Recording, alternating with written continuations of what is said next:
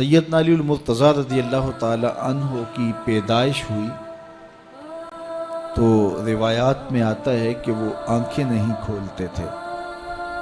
حضور مبارکباد دینے گئے اور اپنے بھائی کو دیکھنے گئے تو ان کی والدہ حضرت فاطمہ بنت اسد رضی اللہ تعالی عنہا نے کہا، بیٹا پیدا تو ہوا ہے لیکن پریشانی یہ ہے کہ آنکھیں نہیں کھولتا۔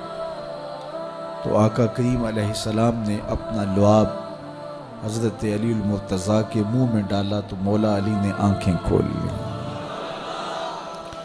گویا سیدنا علی المرتضیٰ رضی اللہ تعالی عنہ نے آنکھیں کھولی تو پہلا جلوہ رخ والضحیٰ کا دیکھا۔ اس رخ نور کو دیکھا، اللہ اکبر، قربان جائیں سیدنا علی المرتضیٰ کی آنکھوں پر، جس کا پہلا نظارہ رخ محبوب تھا۔ اور پھر بچپنے کی عمر حضور کی قربت میں، حضور کی صحبت میں، حضور کی تربیت میں بسر ہوئی۔ آقا کریم علیہ السلام جب اللہ کے حکم سے اعلان نبوت فرمایا تو سیدنا علی المرتضیٰ رضی اللہ تعالی عنہ نے ایمان لانے والوں میں سر فہرست اپنا نام لکھوایا اور آقا کریم علیہ السلام کے ساتھ پھر ہر محاذ پہ کھڑے ہوئے نظر آئے۔ سیدنا علی المرتضیٰ فرماتے ہیں کہ رسول رحمت نبی اکرم صلی اللہ علیہ وآلہ وسلم نے ارشاد فرمایا کہ اے علی، تیری مثال حضرت عیسیٰ کی ہے۔ حضرت عیسیٰ کا ماجرا یہ تھا کہ ان سے دو طرح کے لوگوں کا معاملہ ہوا اور دونوں گمراہ ہوئے۔ ایک وہ جنہوں نے حد سے زیادہ ان سے محبت کی اور اس قدر بڑھا چڑھا دیا کہ انہیں اللہ کا بیٹا قرار دے دیا، اور دوسرے یہودی تھے جو اس قدر بغض رکھا سیدنا عیسیٰ علیہ السلام سے کہ ان کے قتل کے درپے ہوئے، ان کی ماں پہ تہمت لگائی۔ سیدنا علی المرتضیٰ فرماتے ہیں کہ میرے حضور نے فرمایا تیری مثال بھی حضرت عیسیٰ کی ہے۔ تیرے معاملے میں آ کر بھی دو لوگ برباد ہوں گے، ایک محبت کی وجہ سے برباد ہوں گے، ایک بغض کی وجہ سے برباد ہوں گے۔ ایک محبت میں ایسے افراط کریں گے، اس قدر محبت میں تجاوز کر جائیں گے، حد سے بڑھ جائیں گے کہ وہ کہیں گے تیرے بارے جو نہیں کہنا چاہیے۔ حتیٰ کہ سیدنا علی المرتضیٰ رضی اللہ تعالی عنہ کی محبت میں لوگوں نے تمام صحابہ پر سب و شتم کو جائز سمجھ لیا، اور ایک طبقہ ایسا بھی ہے جو سیدنا علی المرتضیٰ رضی اللہ تعالی عنہ کو خدا اور الہ کہتا ہے۔ یہ نصیری سیدنا علی المرتضیٰ رضی اللہ تعالی عنہ کو الہ کہتے ہیں، علی اللہ کا نعرہ لگاتے ہیں۔ ایک طبقہ محبت میں تجاوز کر کے اس قدر جو ہے وہ سیدنا علی المرتضیٰ کے بارے میں اعتقاد قائم کرتا ہے کہ وہ گمراہی کے گڑھے میں جا گیا، اور ایک طبقہ وہ ہوگا جو تیرے ساتھ بغض رکھ کے برباد ہوگا۔ سیدنا علی المرتضیٰ رضی اللہ تعالیٰ عنہ کا نام بھی گوارا نہیں ہوگا۔ سیدنا علی المرتضیٰ کا نام لیا جائے تو طبیعت میں بے چینی اور اضطراب پھیل جائے گا۔ اور ایک طبقہ ایسا ہے نواسب کا، نواسب باقاعدہ 10 محرم کو سیدنا علی المرتضیٰ رضی اللہ تعالی عنہ کے شہزادے کی شہادت کے دن کو عید کے طور پہ منایا کرتے ہیں۔ وہ نئے نئے کپڑے پہنتے ہیں، انواع اقسام کے کھانے کھاتے ہیں اور ایک دوسرے کو مبارکیں دیتے ہیں اور گلے ملتے ہیں۔ تو نواسب سیدنا علی المرتضیٰ اور خاندان نبوت کے ساتھ بغض رکھنے کی وجہ سے برباد ہوئے، اور جو نصیری اور وہ طبقات جو حضرت سیدنا علی المرتضیٰ کے ساتھ محبت کے ازدیاد میں یہاں تک جا پہنچے کہ انہیں ابن اللہ کہہ دیا، یا ان کی محبت کے اندر جلیل القدر ہستیوں پر تان و تشنیع کے تیر برسائے، تو یہ گمراہی کے گڑھے میں جا گرے۔ تو میں کہتا ہوں انہیں مبارک ہو جو سیدنا علی المرتضیٰ رضی اللہ تعالیٰ عنہ کے ساتھ وہ پیار کرتے ہیں جو شریعت اسلامیہ، شریعت بیضا کا تقاضا ہے، جس سے رسول اللہ کی آنکھیں بھی ٹھنڈی ہوتی ہیں، اصحاب رسول کی آنکھیں بھی ٹھنڈی ہوتی ہیں، اور اہل بیت رسول کے دلوں کو بھی قرار پاتے ہیں۔ اہل بیت نبی کے گھر والے ہیں اور صحابہ نبی کے در والے ہیں۔ ہم کہتے ہیں گھر والوں تمہیں بھی ہمارا سلام اور در والوں تمہیں بھی ہمارا سلام. کتنے لوگ تھے جو ہمارے ساتھ چلتے ہوتے تھے. آپ ذرا اپنے ذہن پہ زور دیں.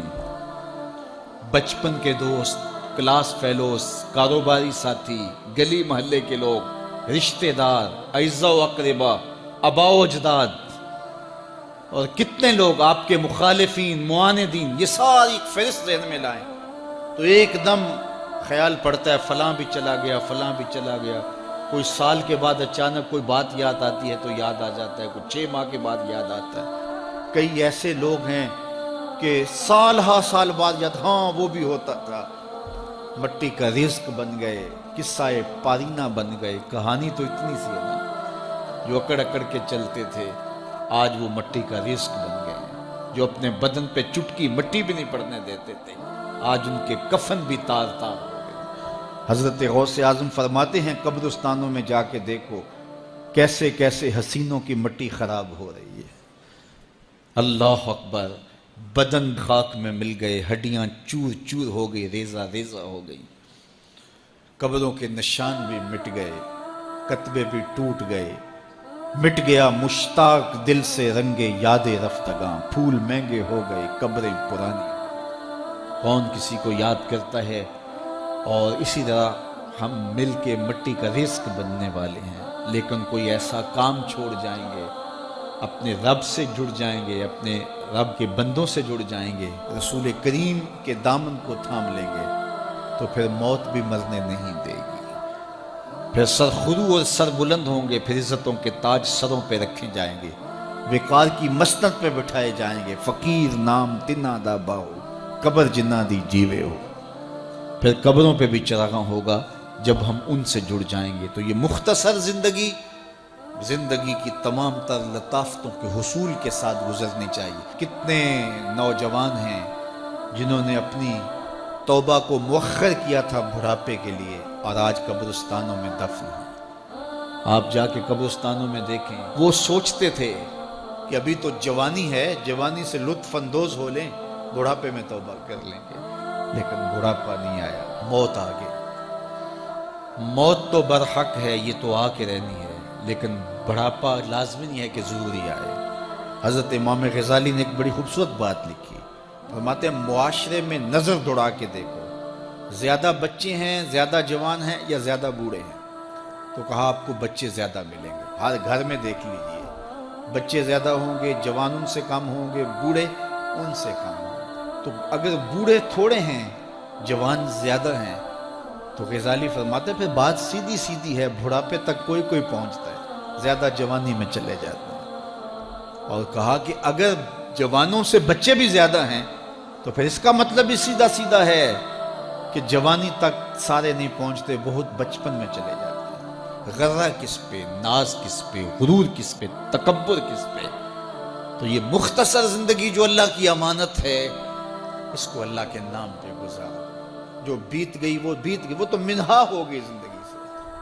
وہ مجھے رات سے کچھ لوگ میسج بھیج رہے ہیں کہ آج 16 مارچ ہے اور آپ کا پیدائش کا دن ہے، مبارک ہو. اللہ سب کو جزا دے. لیکن میں آج اپنی چھوٹی بیٹی کو بھی کہہ رہا تھا، وہ مجھے بولی کہ ابو آپ کو مبارک ہو. تو میں نے کہا کہ آپ ہاتھ اٹھا کے اللہ کی بارگاہ میں دعا کرو کہ اللہ آپ کے باپ کے 46 سال کے گناہ معاف کر دے. یہ تو زندگی گزر گئی ہے، 46 سال میرے ہاتھ سے نکل گئے ہیں. میں الٹا بھی لٹک جاؤں تو یہ میرے ہاتھ نہیں آ سکتے. اگر میں نے اچھے گزارے ہیں تو مجھے مبارک ہو اگر قبول ہو گئے ہیں، اور اگر اچھے نہیں گزرے تو مجھے توبہ کرنی چاہیے. زندگی کی کوتاہیوں سے توبہ کرنی چاہیے. ہم سمجھتے ہیں ہم بڑے ہو رہے ہیں، حقیقت میں ہم چھوٹے ہو رہے ہیں. ہم اپنی زندگی کے اہداف طے کریں، زندگی کے مقاصد طے کریں. ساری زندگی اس کے گرد سفر کرنی چاہیے. کئی لوگ ساری زندگی گزار دیتے ہیں، ان کو ساری زندگی راستے نہیں ملتا کہ جانا کدھر. وہ کیوں؟ وَأَضَلُّ السَّبِيلَ. اللہ فرماتا وہ بھٹکے ہوئے مسافر ہوتے ہیں. اللہ سے راستہ مانگو، آہستہ چلو لیکن منزل کا تعین کر کے بڑھو. بڑھتے رہو، منزل تمہارا استقبال کرے گی. آج مشکل ہے تو کل آسانیاں ہوں گی. تو یہ زندگی تیزی کے ساتھ کٹ رہی ہے. لمحہ لمحہ میں اور آپ موت کے قریب ہو رہے ہیں. قبل اس سے کہ وہ وقت آئے کوئی حجت باقی نہ رہے، مجھے اور آپ کو اپنی آخرت کی تیاری کی کوشش کرنی چاہیے۔